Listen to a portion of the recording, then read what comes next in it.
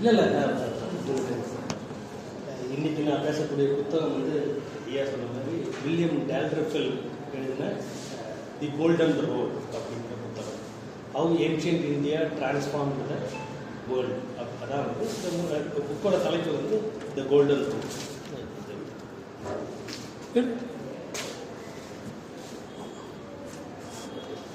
இதோட ஆத்தர் வந்து வில்லியம் டேல்ரஃபெல். வந்து நம்ம இதே கலம் அமைப்பில் முன்னாடி கூட பேசியிருக்கோம். அனார்கின்னு ஒரு புத்தகத்தை வந்து அவர் எழுதியிருக்காரு. அவர் எழுதின முக்கிய புத்தகங்கள் வந்து லாஸ்ட் முகல், ஒயிட் முகல், இது அப்புறம் கோஹினூர் டைமண்ட் பற்றி. இவர் பேசிக்காக ஒரு ஸ்காட்டிஷ் ரைட்டர், ஸ்காட்லாண்டில் இருந்தார், ஆனால் இந்தியாவில் செட்டில் ஆகிட்டார். இவர் ஒரு இண்டோஃபைல்னா ஒரு இந்தியா மேலே இவங்களுக்குலாம் ஒரு அதீதமான ஒரு பற்று, ஒரு இது இருக்குது. அதனால் இந்தியா பற்றியான இந்தியா வந்து செட்டில் ஆகிட்டார். டெல்லி பக்கத்தில் ஒரு ஃபார்ம் ஹவுஸில் இருக்கிறார். ஸோ இந்த வில்லியம் டேல்ரஃபெல் இதுக்கு கடைசியாக எழுதின புத்தகம் வந்து அனார்கி.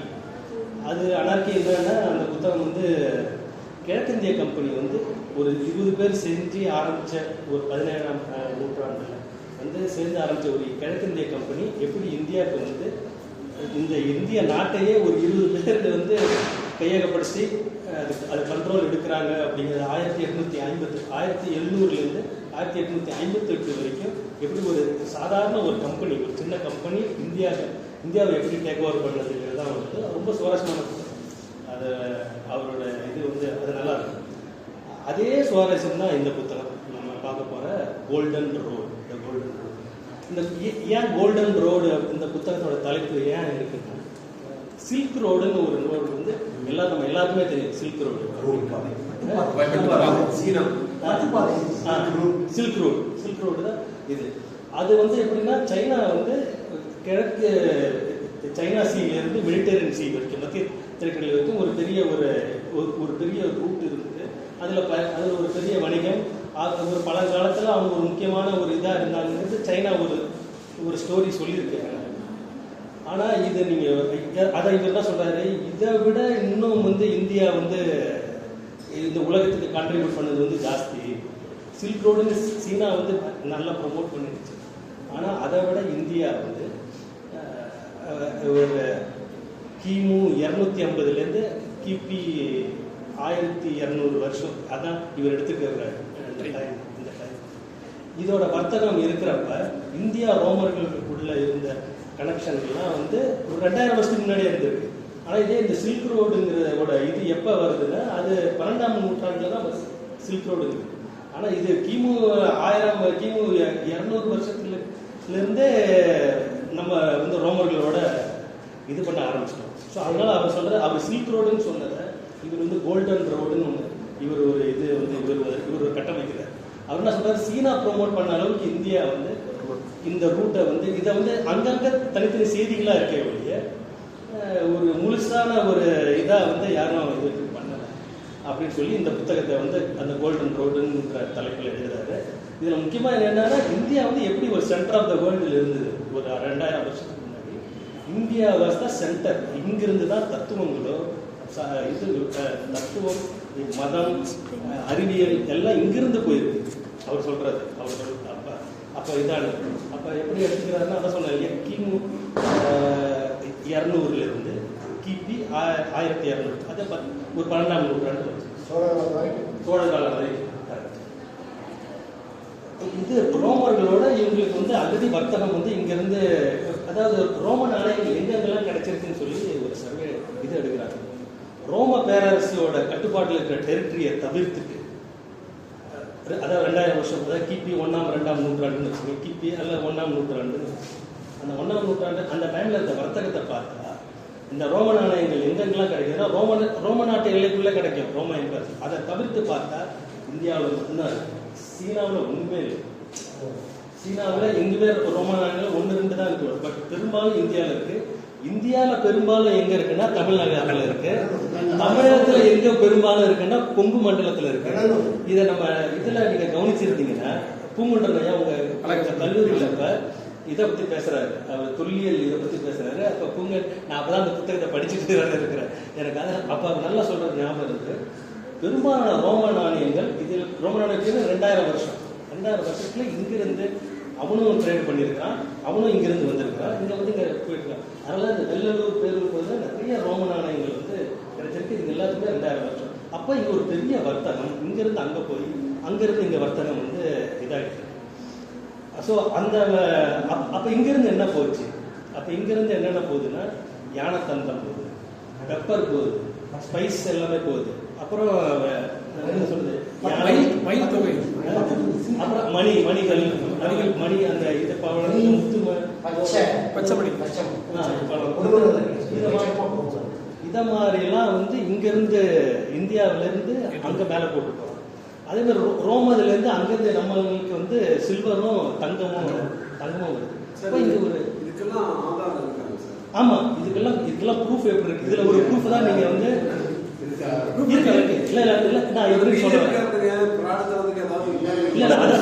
நம்ம என்ன பண்றோம், நம்ம இந்தியா பெருமை பேசுறதுனால பிஜேபியோட கருத்துக்கு போறோங்கிற அவசியம் இல்லை. அதுக்கு என்ன யானை தந்தத்தை வெட்டி பிளாஸ்டிக் சர்ஜரி பண்ணாருன்னு சொல்லவே வரல.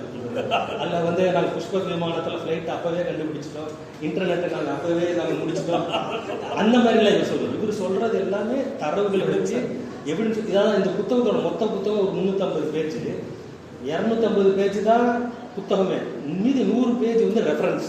ஏன்னா யாரும் எதுவும் வந்து எங்கிருந்து எடுத்த எது பண்ண எதுன்னு இதோட எவிடன்ஸ் என்ன நீங்கள் கேட்டீங்க இல்லையா, இதோட எவிடன்ஸ் எப்படி கண்டுபிடிக்கிறாங்கன்னா, இப்போ சமீபத்தில் ஈஜிப்டில் ஒரு பெர்னாக்கின்னு ஒரு இடம், ஒரு துறைமுகம், அதுதான் வந்து இங்கே நமக்கு எப்படி முசிறி முக்கியமோ, நம்ம இதில் கேரளாவில் அந்த முசிறி அது என்ன சொல்ல கொடுங்கல்லூர்னு நினைக்கிறேன். இப்போ கொடுங்கல்லூர், அதுக்கு முன்னாடி முசிறி ஒரு முக்கியமான போர்ட்டு மாரி. இங்கிருந்து போன படகுகள் எல்லாமே அங்கே பெர்னாக்கின்னு சொல்லி ஈஜிப்டில் வந்து அங்கே போய் சேருது. அங்கே கிடைச்ச சம் ஆர்கியாலஜிக்கல் எவிடன்ஸில் வந்து அதான் பூங்குன்றன் ஐயாவும் இதே நான் தெரிஞ்சு சொல்கிறேன். அவர் வந்து என்ன பண்ணுறாரு, ஒரு கப்பலில் என்னென்ன குட்ஸ்லாம் ட்ராவல் ஆச்சுங்கிற ஒரு எவிடன்ஸ் வந்து ஒரு இது வந்து கிடைக்கிது. ஒரு கப்பலில் இப்போ மிளகுனா அதுக்கு வேல்யூ என்ன, இதுக்கு வேல்யூ ஒரு ப்ரூஃப் ஒன்று கிடைச்சிருக்கு. ஒரு இந்த இது அதுக்கு பேப்பரஸ்ங்கிறது அந்த புத்தகத்துலையும் இந்த புத்தகத்துலையும் அதை பற்றி சொல்லியிருக்காரு. இந்த புத்தகத்தில் அதை பற்றி ஒரு கப்பலில் என்னென்ன குட்ஸுகள்லாம் இருந்துச்சுன்னு சொல்லி ஒரு ஃபுல் லிஸ்ட்டு அது போட்டே காமிச்சார் பூங்குன்றன். அந்த ஸ்லைடே போட்டுட்டு இது ஒரு முக்கியமான கண்டுபிடிப்பு சமீபத்தில் கிடைச்சிருக்கு அப்படின்னு, அதில் எவ்வளோ வேல்யூ என்னென்ன வேல்யூ இருக்குன்னு சொல்லி கண்டுபிடிச்சி இவ்வளோ இது வந்து இங்கேருந்து அங்கே போயிருக்கு. அவங்களுக்கு பெப்பரே வந்து இங்கிருந்து பெப்பருக்கு கிட்டத்தட்ட அடிமையாகி அது இலக்கியத்திலையும் வருது. இலக்கியத்தில் கூட என்ன சொல்கிறாங்க, இன்னும் ரோம மன்னர்கள் அவங்களுக்கு கிரிட்டிசைஸ் பண்ணி பெப்பருக்கு போய் இப்படி போய் விழுறாங்க, காசை வேஸ்ட் பண்ணுறாங்க. ஏன்னா தங்கம்லாம் இங்கே வருது, இங்கேருந்து இங்கே பெப்பரை எடுக்கிறாங்க. ஸோ அப்பா அவன் கிரிட்டிசைஸ் பண்ணுவாங்க, அவன் ஊரில் இருக்கிற. ஏன்னா அவங்க என்ன சொல்கிறான், அங்கே கலெக்ட் பண்ண கஸ்டம்ஸ் டேக்ஸ் டியூட்டி இருக்கு இல்லையா, அந்த பெர்னாக்கி போர்ட்டில் அந்த ரோம எம்பரரில் கஸ்டம்ஸ் இது பிடிப்பாங்கல்ல, வரி செலுத்தணும் இல்லை. இங்கேருந்து அவன் கப்பலில் அவன் எடுத்துகிட்டு போகிறான்னா வரி செலுத்தணும். அந்த வரி அந்த ரோம எம்பரையோட 3ல் 1 பங்கோட வருமானம் வந்து அந்த கஸ்டம்ஸில் வருது. அப்போ எவ்வளோ பெரிய வணிகம் வந்து இங்கேருந்து அங்கே நடந்திருக்கு, அங்கேருந்து இங்கே நடந்திருக்கு. ஸோ இதெல்லாம் வந்து ஆர்கியாலஜிக்கல் எவிடன்ஸாகவும் தொல்லியல் சான்றாகவும் இலக்கியத்தில் வந்து என்னென்னலாம் பேசப்பட்டிருக்கு. அந்த ஒவ்வொரு புத்தகத்தில் வந்து இதெல்லாம் வரும் இல்லையா, இப்போ சொல்கிற மாதிரி இந்த மன்னர் இந்த மாதிரி ஆட்சி பண்ணுறான், நம்மளோட தங்கத்தெல்லாம் கொண்டு போய் இதை பண்ணுறான், ரெவன்யூ இதாக ஆகுது அப்படிங்கிறது. அதே மாதிரி ரோம சாம்ராஜ்யம் ஒரு பீரியடில் வீழ்ச்சியும் வருது. அதோட வீழ்ச்சி வந்து 4-5ஆம் நூற்றாண்டு அந்த 1-2 அகஸ்டஸ் சீசர் அந்த இதெல்லாம் வந்து இருக்கிறப்ப வந்து பீக்கில் இருக்குது. அப்புறம் ரோம சாம்ராஜ்யம் விழுது. ஸோ இந்த மாதிரியான வணிகங்கள் வந்து அப்போ வந்து இந்தியா வந்து இருந்துட்டு, இதில் சீனா இந்த சீன்லேயே இல்லை. ஆக்சுவலாக சீனாவுக்கு வந்து அந்த 5ஆம் சீனா எப்போனா 10-12ஆம் நூற்றாண்டுக்கு மேலே அதுக்கு முன்னாடி கன் பவுடர் அது இதுன்னு கண்டுபிடிக்கிறாங்க. பட் இந்த மாதிரி ஒரு வர்த்தகம், ஏன்னா அன்றைக்கி ரோம சாம்ராஜ்யம் தான் பெருசு. ரோம சாம்ராஜ்யத்தோட வர்த்தகம் வச்சிருந்தது இந்தியா. அதுவும் இந்தியாவில் தென்னிந்தியா, அதே மாதிரி குஜராத் போர்ட்லேயும் கிளம்பி போகுது, குஜராத்தோட போர்ட்லேயும் போகுது. இப்படி இந்த வணிகம் வந்து இங்கே வந்து இந்தியா வந்து அதான் இது இந்தியா உலகத்துக்கு கொடுத்த கொடை வந்து இந்த மாரி வியாபாரம், ட்ரேடு. அப்புறம் அடுத்தது முக்கியமான ஒரு இது வந்து பௌத்தம், புத்திசத்தை வந்து அது வந்து இது பண்ணுறாரு. அது புத்த மதம் எப்படி இங்கிருந்து போயிடுது. 5ஆம் நூற்றாண்டில் புத்தர் பிறக்கிறாரு. 200-250 கிமு 250 அசோகோட எம்பையர். அசோகா எம்பையர்னா அவர் தான் வந்து ஃபர்ஸ்ட் புத்தத்தை மாறுறாரு. புத்தம் மாறி அப்புறம் பௌத்தத்தை வந்து உலகம் ஃபுல்லாக கொண்டு போகணும்னு சொல்லி அவர் இது பண்ணுறாரு. அவர் புத்தத்தை வந்து அவரோட பையன் மஹிந்தா வந்து ஸ்ரீலங்கா போகிறான். ஸ்ரீலங்காவில் ஒரு வாரம் 20 நாள் இருந்து அங்கே பிரச்சாரம் இதெல்லாம் பண்ணி அங்கே இருக்கிற மன்னனை வந்து பௌத்தத்துக்கு மாற்றினாரு. அதே மாதிரி இங்கே தமிழ்நாட்டிலையும் ஒரு பெரிய ஒரு இது காஞ்சிபுரம், இந்த மாமல்லபுரம், இந்த சைட்லையும் இந்தியா ஃபுல்லாகவும் அந்த ஒரு பௌத்த மதம் வந்து இதாக இருக்குது. ஆனால் அதுக்கப்புறம் அதுக்கு அடுத்த பாய்ச்சல் எங்கே நடக்குதுன்னா அது வந்து ஆப்கானிஸ்தான், அந்த பாமியான். இன்னைக்கு அந்த பாமியான் இதை பற்றியெல்லாம் கேள்விப்பட்டிருப்பீங்க. அங்கே ஒரு புத்தர் சிலைலாம் இருக்குது. ஆமாம், இங்கேருந்து புத்தர் எங்கே ஆப்கானிஸ்தான் போனாருன்னு பார்த்தீங்கன்னா புத்தர் அங்கே போகிறாரு. புத்தர் அங்கே ஆப்கானிஸ்தான் அங்கே போயிட்டு அதுக்கப்புறம் சீனாலேருந்து ஜப்பான், கொரியா இந்த சைடு. நீங்கள் இந்த சைடு போட்டிங்கன்னா சவுத் ஈஸ்ட் ஏஷியா உலகம் ஃபுல்லாக அந்த 1ஆம் நூற்றாண்டுலேருந்து ஒரு 6 அல்ல ஒரு 10-12 வரைக்குமே பௌத்த மதம் வந்து பயங்கரமாக தலை துவங்கியது. ஆனால் இந்தியாவில் வந்து செல்வாக்கு இழந்திருக்கலாம். இந்தியாவில் வந்து இதாகலாம் பட் உலகம் சீனாவிலும் சரி, ஆப்கானிஸ்தானும் சரி, மற்ற அந்த சென்ட்ரல் ஏஷியா இதில் எல்லாமே வந்து பௌத்தம் வந்து இது போகுது. இதை அவர் என்ன சொல்கிறார், முக்கியமாக உலகத்துக்கு கொடுத்த கூட வந்து ஒரு ஆசிரியர் சொல்கிறது இந்த பௌத்த மதம் தான் அன்றைக்கி பெரிய ஈஜிப்டில் வந்து ஒரு புத்தர் சிலையை கண்டுபிடிக்கிறாங்க. இப்போ இதில் எக்ஸ்கவேஷன் எடுத்து பார்க்குறாங்க. அப்போ இங்கேருந்து ஒரு வணிகமும் போயிருக்கு, மதமும் இங்கேருந்து போயிருக்கு. இந்த மதம் அங்கே பயங்கர ஒரு பாப்புலராக அந்த மதம் வந்து என்ன சொல்கிறது, அவங்க இதில் இந்த மதங்கள் ஆல்ரெடி இருக்குது. தாவோயிசம் இருக்குது, கன்ஃபியூஷனிசம்லாம் இருக்குது. பட் இருந்தும் கூட இந்த பௌத்த மதம் வந்து அங்கே வந்து ரொம்ப உங்களுக்கு ஒரு அட்ராக்ஷனாக இருக்குது. அது எப்படி, அது எதனால் அப்படிங்கிறது நம்ம எல்லாம் விவாதத்துக்கு எடுத்துக்கலாம். ஒன்று அது சால்வேஷனை பற்றி, வீழ்ச்சி பற்றி பேசுது. அதாவது உலகத்தோட தத்துவங்கள், ஆசையை துன்பத்து காரணம், அந்த ஒரு இதை பற்றி பேசுது. அதில் இங்கே வந்து இருக்கிற பிரச்சனைகள் அடுத்த பிறவியில் ஏதாவது மீட்கலாம் அப்படிங்கிற அந்த ஒரு ஆறுதலாம். இது மாதிரி பௌத்தம் ஏதோ அந்த ஊர் மக்களுக்கு அவங்களுக்கு இது ஒரு பெரிய விடுதலை கொடுத்துருக்கு.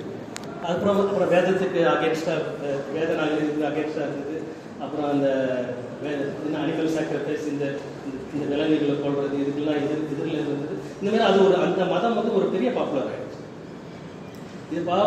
இதுக்கு முக்கியமான ஒரு காரணம் வந்து இந்த சுவாங்னு சொல்லி ஒரு பயணி இந்தியாவுக்கு வர்றாரு. அவர் தான் 6ஆம் நூற்றாண்டில் வர்றாரு.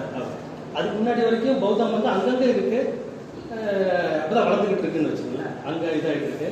அவர் வந்து ஒரு பெரிய பயணம் சீனாவிலிருந்து எடுத்து ஆப்கானிஸ்தான் வழியாக வந்து அப்புறம் இங்கே இதுக்கு மேலே நார்த் இந்தியாவுக்கு வந்து நலந்தாக்கு வர்றாரு.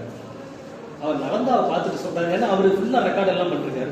இன்னைக்கு நம்ம வந்து கேம்பிரிட்ஜ் யூனிவர்சிட்டி, ஆக்ஸ்போர்ட் இருக்கிறோம்ல, இன்னைக்கு நம்ம இந்தியாவிலேருந்து நம்ம எங்கேயாவது ஒரு உயர்ந்த கல்வி படிக்கணும்னா போகணும்ல, அன்னைக்கு நலந்தா தான் ஒரு கேம்பிரிட்ஜ், ஒரு ஆக்ஸ்போர்ட்.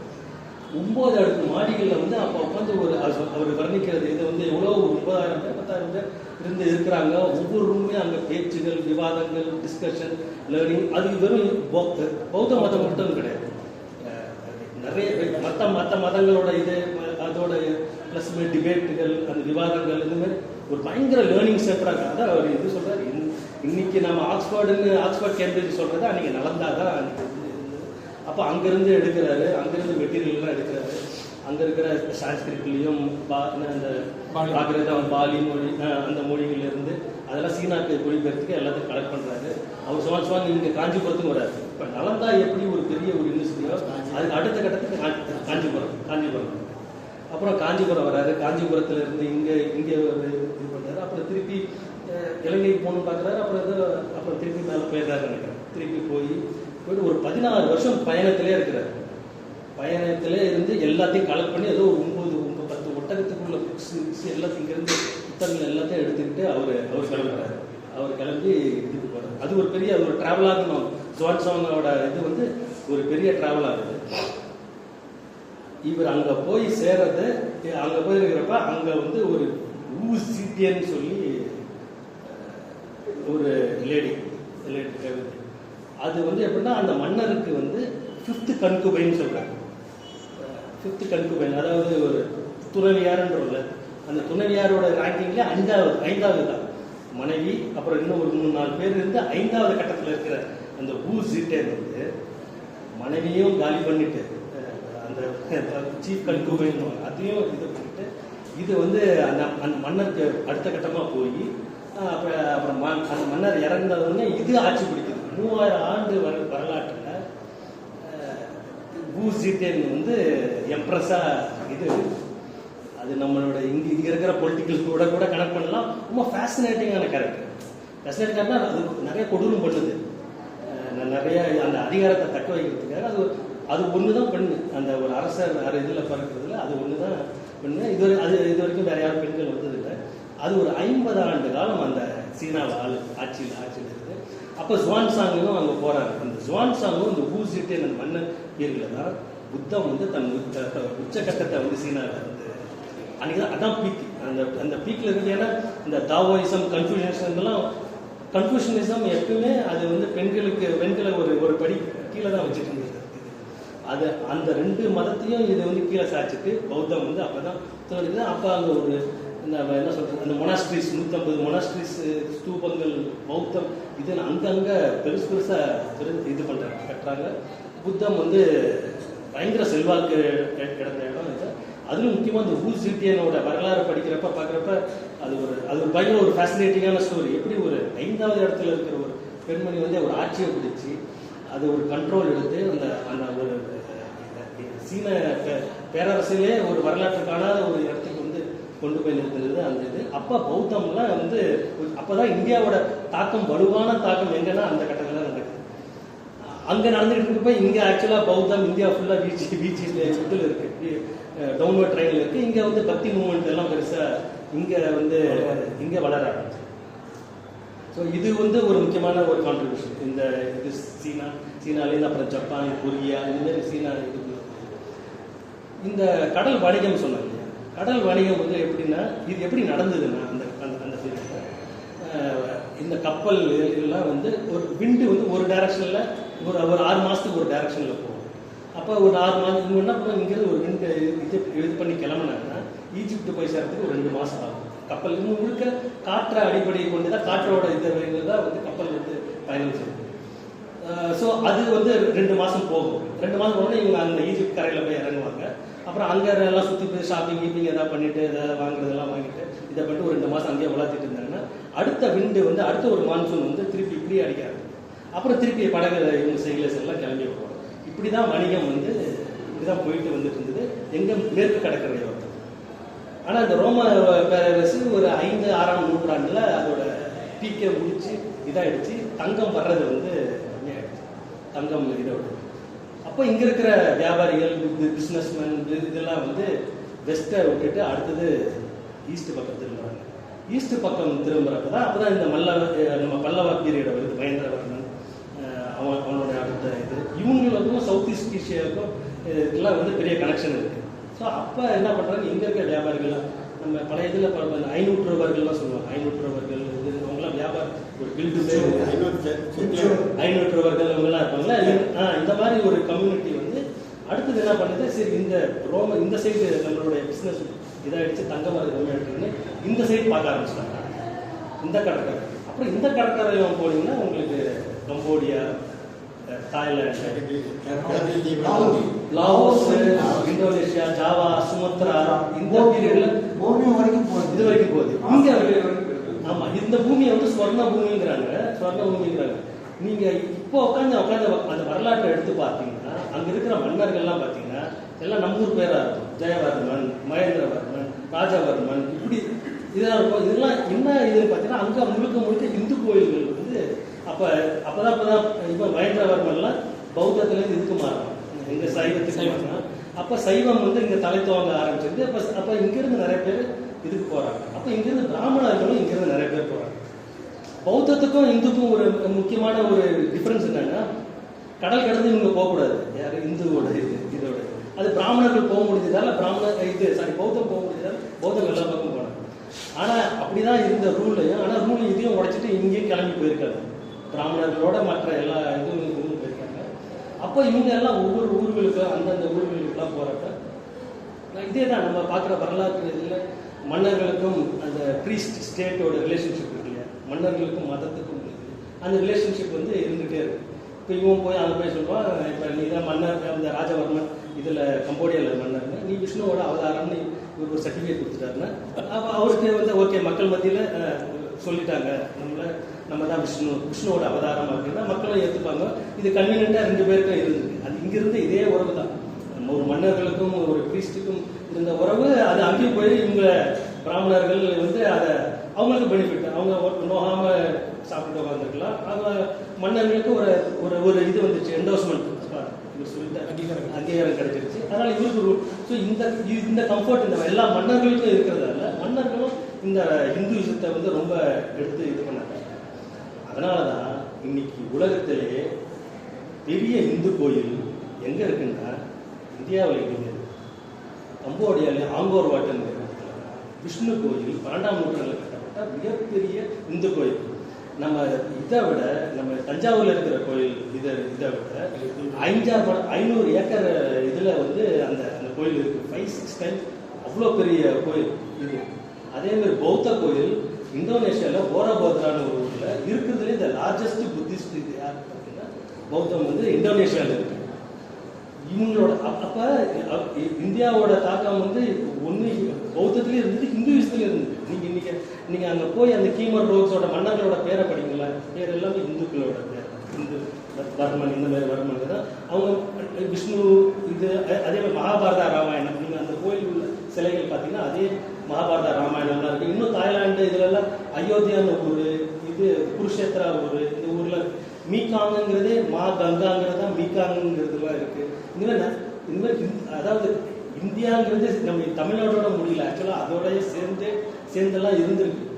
ஆனால் அவங்களோட டிஸ்டிங் கல்ச்சரும் வச்சுருக்காங்க. அவங்க எப்படின்னா முழுக்க இதை ஃபுல்லாக காப்பி எடுக்கணும் இல்லை, ஆனால் வந்து இதையும் எடுத்துக்கிட்டு இப்போ மகாபலிபுரத்தோட இது இருக்கு இல்லையா அந்த கோயில், அந்த கடற்கரை கோயில், அதோட அப்படியே ரெப்ளிக்கா தான் இதில் எல்லாம் பண்ணியிருக்காங்க. மற்ற அந்த ஊர்லேயும் பண்ணியிருக்காங்க. பட் எல்லாத்தையும் அவங்க ஃபுல்லாக எடுக்கல, அவங்களோட உள் கல்ச்சரும் இருக்கு. ஸோ அந்த மாதிரி வந்து இந்தியர்களோட இன்ஃப்ளூயன்ஸ் அந்த கம்போடியா, வியட்நாம், நம்ம மலேசியா, சிங்கப்பூர், ஜாவா, சுமத்ரா, இந்த மாதிரி தீவுகள் எல்லா இடத்துலையுமே வந்து பெரிய பெரிய இன்ஃப்ளூயன்ஸை வந்து இதாகிருக்கு. ஸோ ஆனால் இதில் ஒன்று நம்ம யோசிக்க வேண்டிய கேள்வி விவாதத்துக்கு தான். அதை இதில் ஆசிரியர் கூட சரியாக பண்ணல. இப்படி போன இந்துவிதம் அங்கே சாதி எப்படி போகாமல், சாதி எப்படி இல்லாமல் போயிடுச்சு, எப்படி அவங்க அந்த சாதி இதை பண்ணாங்கிறது வந்து அதுக்கான கேள்வி இல்லை. கேள்வி கேட்டிருக்காரு, ஆனால் அதுக்கான ஆன்சர் அவர் கன்வின்சிங்காக சொல்லலை. இந்து மதம் சாதியும் கூட சேர்ந்து ஏற்றுமதி பண்ணியிருக்கோம். ஏன் ஆகலை இந்த அளவுக்கான சாதிகள் இருக்கான்னு தெரியல.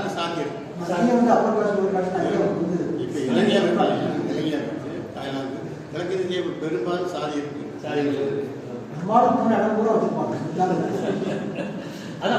அந்த கோயில் அந்த கோயில்கள்லாம் என்ன பண்ணிருக்காங்க, அவங்களுக்குலாம் பண்டிகை ரொம்ப பிடிக்கும். போர்க்கு இது அதெல்லாமே சாப்பிடுவாங்க. யாரும் வெஜிடேரியன்லாம் கிடையாது. கோயில் சிலைகளிலே வந்து பன்னியை வெட்டுறது, மாடு வெட்டுறது, ஆடு வெட்டுறதெல்லாம் போயிருக்கு. ஸோ அவங்க ஏதோ ஒரு விஷயத்துல அவங்க தனித்து இருந்துட்டாங்க. அதாவது சார் அது முழுக்க இப்போ நம்ம தமிழர் இதில் வந்து பார்த்தீங்கன்னா முனிப்பு கோயில் பன்னிக்கறி வச்சு படைச்சு சாப்பிடுவோம்.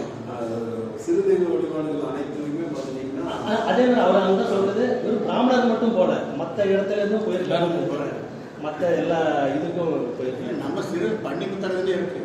நம்ம இதில் இருக்கு. நம்ம சிறு பன்னிமுத்து பிராமணர்கள் பண்ணுவாங்க.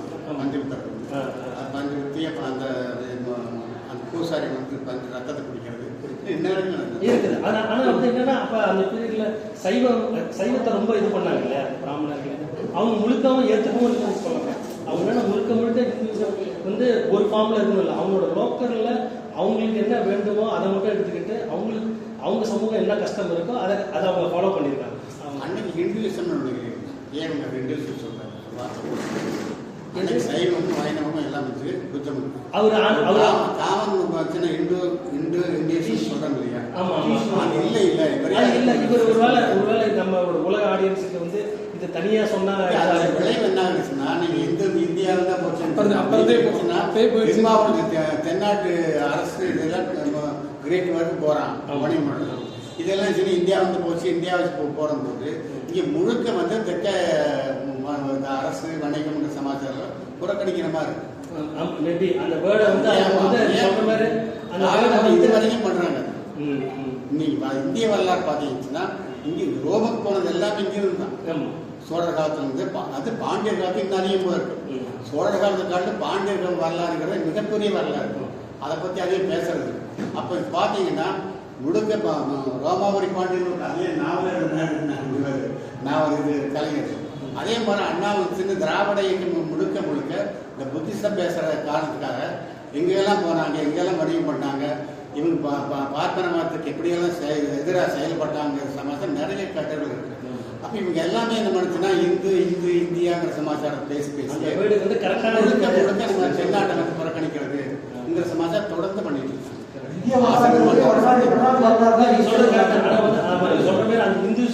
பொதுமைப்படுத்திருக்காங்க. அதை வந்து அதை ஏதோ ஒரு வேலை பண்ணிட்டு இவர் ஒரு வெளியில இருந்து பார்த்த ஒரு இங்கிலீஷ் ரைட்டருங்கிறதுனால அவர் இதை பிரித்து சொல்ற அளவுக்கான அந்த புரிதல் இருக்காது. இல்ல சார், இப்ப நீங்க சொல்ற வரலாறு எல்லாமே தமிழர் வரலாறு பேசுற மாதிரி தான். ஆமா, ரோமா நகரங்களோட வந்து தமிழர்கள் இல்ல முக்கியமா நடந்தது இல்ல கிரேக்கம் ரோமம் கரெக்ட். இப்ப நீங்க நியூசிலாந்து நாட்டுல வந்து தமிழ் மணின்னு ஒன்று இருக்குது. கப்பல்ல கட்டுற மணி வந்து ஒன்று வச்சிருக்காங்க, தமிழ் பேர் எழுதி. அது 12ஆம் நூற்றாண்டுல இருக்குது. அது மாதிரி ஆஸ்திரேலியா நாட்டுல தமிழ்நாட்டுல இருந்து போன கப்பலோட உடனே வந்து அவங்க வச்சிருக்காங்க. இல்ல இதுல நடந்த முக்கியமான இது இன்னொன்று சொல்ல வரேன்.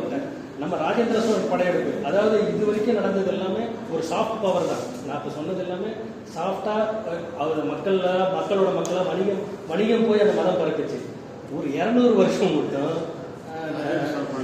ராஜேந்திர சோழன் ராஜராஜ சோழன் இவங்களோட இது போய் ஆர்மியை கொண்டு போய் படையெடுத்து கொண்டு போய் தாக்கியிருக்காங்க.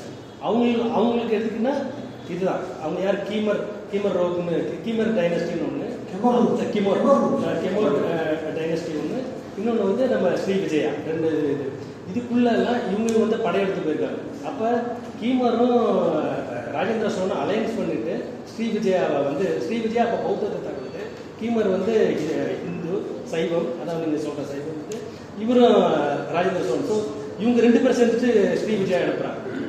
ஃபிசிக்கல் வயலன்ஸ் யூஸ் பண்ணது இந்த ஒரு 200 ஆண்டு காலம் தான். மற்றது எல்லாமே அதனால தான் சொல்றது, நம்ம வந்து காலனி ஆதிக்கம் எங்குமே நாம போய் காலனி ஆதிக்கமாக பண்ணல. அதுவும் ஆர்மி ஒரு மினிமமா யூஸ் பண்ணோம்னா அந்த ராஜேந்திர சோழன் ராஜராஜ சோழன் பீரியட்ல உள்ள இதுதான். ஸோ அப்போ அந்த பீரியட்ல அதுவும் எதுக்குன்னா வணிகத்துக்கு வந்து எதுவும் பிரச்சனை இருக்கக்கூடாது அப்படிங்கிறதுக்காக இதை பண்ணதான். ஸோ இது எல்லாமே வந்து நம்ம இந்தியாவிலேருந்து கிளம்பி போய் இது பண்ண ஒரு தாக்கம். அவர் இன்னொரு இது வைக்கிறது வந்து இது போக முக்கியமான இன்னொரு கண்டுபிடிப்பு வந்து நம்பர்ஸும் ஜீரோவும். இந்த நம்பர்ஸும் ஜீரோவும் வந்து இந்தியாவோட முக்கியமான ஒரு கண்டுபிடிப்பு அப்படிங்கிற கான்ட்ரிபியூஷன். இது அது ஆரியபட்டா பிரம்மகுப்தாவோட இது ஆரம்பிச்சு அப்போ ஜீரோங்கிற இதே வந்து இங்கிருந்து வந்தது, இந்தியாவிலேருந்து வந்தது. ஈவன் நம்பர்ஸ் இருக்கு இல்லையா, 1 2 3 4 6 7, இந்த நம்பர் வந்து இந்தியாவிலேருந்து வந்தா. அது ஏதோ ஒரு அரபிக் நியூமரல்ஸ்ங்கிறாங்க. அது அரபிக், அதாவது யூரோப் வந்து வாங்கினது அரபிக் தான் வாங்கினாங்க. ஆனா அரபிக்கு யார் கொடுத்தாருன்னா இந்தியாவில தான் கொடுத்தாங்க. அது இப்ப இந்தியாவில இருந்து எங்க இருந்து வருதுன்னா நம்ம இதுல இருந்தா நம்ம இந்த ஸ்கிரிப்ட், இந்த பிராமி ஸ்கிரிப்ட்ல இருந்து அப்படியே இந்த குவாலியர் இதுல இருந்து ஆரம்பிச்சு அப்புறம் தேவநாகரி சான்ஸ்கிரிட் இதுல இருந்து வழியா வந்து அப்புறம் 1 2 3 4 5 6 7 8 9 இது முழுக்க இந்தியாவிட்ட இருந்து வந்த நம்பர் சிஸ்டம். இதெல்லாம் இந்த வெளியில வந்து என்ன ஆயிடுச்சு, அராப் நியூமரல்ஸ், அராப் இதுங்கிற மாதிரி ஆயிடுச்சுங்கிற மாதிரி. இது வந்து இந்தியாவோட ஒரு பெரிய ஒரு கான்ட்ரிபியூஷன். அறிவியலுக்கும் சரி, இண்டஸ்ட்ரியல் ரெவல்யூஷனுக்கும் சரி, இதுக்கும் சரி. என்ன சொல்றது வட்டி, பேங்க், அக்கௌண்டிங், இது எல்லாத்துக்குமே காரணம். அப்போல்லாம் அவங்க ரோமன்ஸ் யூஸ் பண்ணிட்டு இருக்கிறதெல்லாம் இந்த XV, XX இந்த மாதிரி தானே அவங்க நம்பர்ஸ். ஆனால் இன்னைக்கு ஒரு யூனிவர்சல் லாங்குவேஜ்னா அந்த 1 2 3 அந்த நியூமரல்ஸ்னா அது இந்தியா கொடுத்த நம்பர். அது வந்து அது ஒரு யூனிவர்சல் லாங்குவேஜாக இதை பண்ணது. அது முக்கியமான ஒரு கான்ட்ரிபியூஷன். அது எப்படி போச்சுங்கிறத அருமையாக அந்த புத்தகத்தில் வந்து சொல்கிறேன். இங்கேருந்து எப்படி பாக்தாது போகுது, பாக்தாதுலேருந்து எப்படி அங்கேருந்து ஃபிபோனாச்சின்னு சொல்கிறோம். நம்ம மேத்தமெட்டிக்ஸில் படிச்சிருக்கோம்.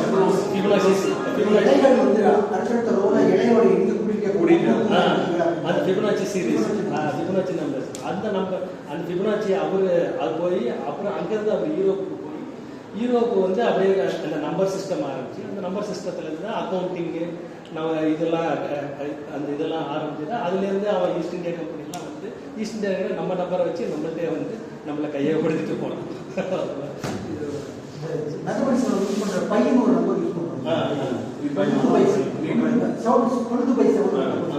அந்த பையங்கிற நம்பரை நாம இந்தியா தான் கால்குலேட் பண்ண முடியாது. வாஸ்து நாட்டு அந்த பையனுடைய வேல்யூ இல்லாம நீங்க சர்க்கிளுக்கோ ஸ்பியருக்கோ உங்களால் வந்து கண்டுபிடிக்க முடியும். அது ஒரு முக்கியமான சமாச்சாரம். இதில் வந்து சிவில் இதில் படிக்கிறப்போ கோல்டன் ரேஷியோன்னு சொல்லுவாங்க. பில்டிங் கட்டுறப்போ நம்ம நீளத்துக்கு அகலத்துக்கு ஒரு ரேஷியோ, இந்த ரேஷியோ அந்த கோல்டன் ரேஷியோ அது இல்லாமல் நாள் பில்டிங் வந்து ஸ்ட்ராங்காக கட்ட முடியாது. அதனுடைய ஆரம்ப கால வடிவங்கள்னா இந்தியாவில் தான் போகுது. அது மெத்தமெட்டிக்ஸ் ஒரு பிராண்ட் அல்ஜிப்ரான்னு சொல்லுவாங்க இல்லையா, இதை வந்து டிசைன் பண்ணது யாருன்னா அல்சைபர்னு சொல்லி ஒரு அரபு சொல்லுவாங்க. அதனுடைய வேறு ஏற்கனவே இந்தியா மறைக்கப்பட்ட வரலாறு நிறைய இருக்கு. இந்தியா வரலாறுன்னு சொல்லும்போது நார்த் இந்தியா மட்டும் சொல்றாங்க, சவுத்து சொல்றது சொல்றது ஒரு பகுதியை வந்து கொடுக்க எடுத்துக்கிட்டாங்கன்னா மறைச்சிட்டாங்க. பிராமின்ஸோட கான்ட்ரிபியூஷன் இல்லாத எதையுமே போது அது ரிட்டர்னில் கொண்டு வருது. அவங்க சம்மந்தப்பட்டாங்கன்னா கூட எழுதி வச்சுருவாங்க. எல்லாத்துக்கும் காரணம் நான் தான். அதையும் மீறி எவ்வளோ ஒரு அறிவுரை எழுதி வச்சுன்னா அது வந்து வெளியே இல்லை, அது ஒன்று ரீசன். அவங்க இன்னொரு ரீசன் என்ன சொன்னாரு, இந்த மாதிரி நம்ம பிளாஸ்டிக் சர்ஜரி நம்ம தான் கண்டுபிடிச்சோம், புஷ்ப விமானம் நம்ம கண்டுபிடிச்சோம். ஒரு சைடு இப்படி போகிறதால ஒரு சைடு வந்து என்ன பண்ணுறோம், சரி இந்த மாதிரி ஓவர் சம்பட்டம் வேணான்னு நம்மளும் இப்போ சீனா சில்க் ரோடு ப்ரொமோட் பண்ண மாதிரி நமக்குன்னு இந்த ஒரு பெரிய ஒரு வணிக பாதையை நம்ம ப்ரொமோட்டே பண்ணலையே. நம்ம இது ஒரு புது புத்திக்கே வரமாட்டேங்குது. ராஜபாதைங்கிறத வந்து தெற்கிலிருந்து வடக்கு வரைக்கும் போயிருக்கு. வடபழங்கிற சமாச்சாரமும் அதுதான். ஒவ்வொரு கரூரை மையமாக வச்சு சோழ காலத்தை நினைச்சுன்னா ஒவ்வொரு வடக்கு தெற்கு ஒவ்வொரு திசையும் ராஜபாளையம் போயிட்டு இருக்கு. அதெல்லாம் எடுத்துக்க மாட்டாங்க. உங்கள் அரசு இருந்தால் தாங்க அதை எடுக்க முடியும். உனக்கு தனியாக ஒரு அரசு இல்லாத வரைக்கும் நீங்கள் ஒன்றும் பேச முடியாது.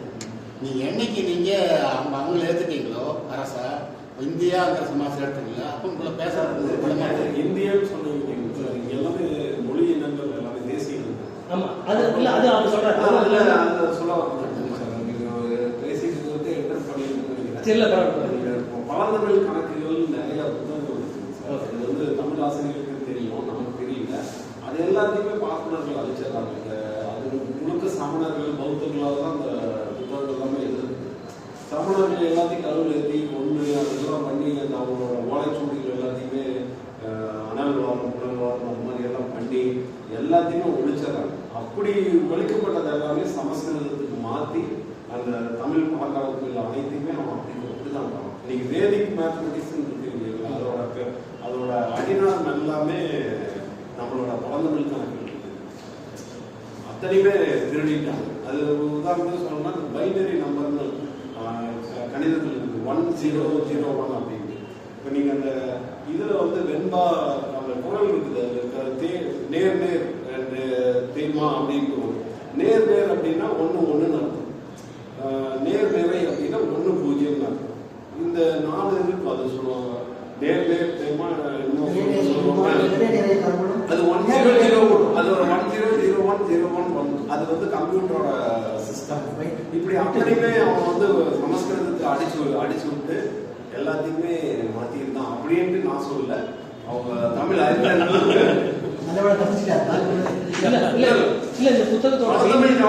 எல்லாத்துலயுமே திருடிதான் அப்படிதான். தேசிய சமஸ்கிருதம் மக்கள் மொழி கிடையாது. அதுக்கு எங்க இருந்து அறிவு வரும்? மக்கள் வந்து உழைப்பவனுக்கு இருந்தாலும் உழைப்புல ஈடுபடுறவங்க தானே எல்லா அறிவும் வச்சிருப்பான். புதுசா சிந்தனை வரும், கம்யூனிகேட் பண்ணுவான். சொன்னாரு எங்க சமஸ்கிருதம் வச்சு ஹிந்தி தான் சமஸ்கிருதம் பேசிட்டு போது வெங்கட்சாமி பேசிட்டு போது போச்சுன்னா பேரூர் பேசிட்டு பேரூர் வடவேல் பேசிட்டு இருக்காங்க சாயங்காலம். என்ன நினைச்சு போச்சுருக்கீங்க? சமஸ்கிருதம் எங்க இருக்குது? ஹிந்தி தான் சமஸ்கிருதம். என்ன சமஸ்கிருதம் எங்க வச்சுருக்கீங்க? சமஸ்கிருதம் கன்வெர்ட் ஆயிடுச்சு. சமஸ்கிருதம் ஹிந்தியை கன்வெர்ட் ஆயிடுச்சு. அப்போ நீங்க இப்போ சமஸ்கிருதம் ஆனால் ஹிந்தி படிச்சா சமஸ்கிருதம் படிக்க முடியுமான்னு இந்திய நிறைய லாங்குவேஜ் சேர்ந்த ஒன்றா இருக்குது. அது கவிதை போஜ்புரி மைதிலி கடிமொழி இதெல்லாம் சேர்ந்து ஒரு மொழி தான் ஆர்டிஃபிஷியல் லாங்குவேஜ் தான். இப்போ நீங்க என்ன சொன்னாலும் இன்னைக்கு ஹிந்தி பேசுறாங்க மெஜாரிட்டி மக்கள் ஒவ்வொரு மாதிரி தெரியும். வந்தப்போ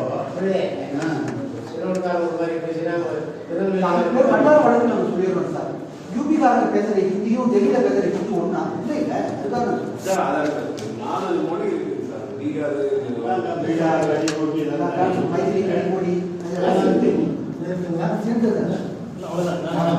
அதாவது என்ன சொல்ல என்ன முக்கியமாக சொல்ல வர்றது, இந்தியா வந்து இப்போ சென்ட்ரல் ஆஃப் த வேர்ல்டு ஒரு காலத்தில் ஒரு 1000 வருஷம் முன்னாடி இருந்தது. நம்ம இப்போ அதுக்கப்புறம் ஒரு முகல் எம்பரராக இருந்தாலும் முகல் இன்வேஷன் இருந்தாலும் ஈஸ்ட் இந்தியா கம்பெனி வந்து அந்த இடத்த தவிர இது விட்டுட்டோம். திருப்பி அந்த இடத்துக்கு நோக்கி நகருவோமா போமாங்கிறது இன்னைக்கு எதுக்காக தான் சொல்லணும் அப்படிங்கிறதா. உங்களுக்கு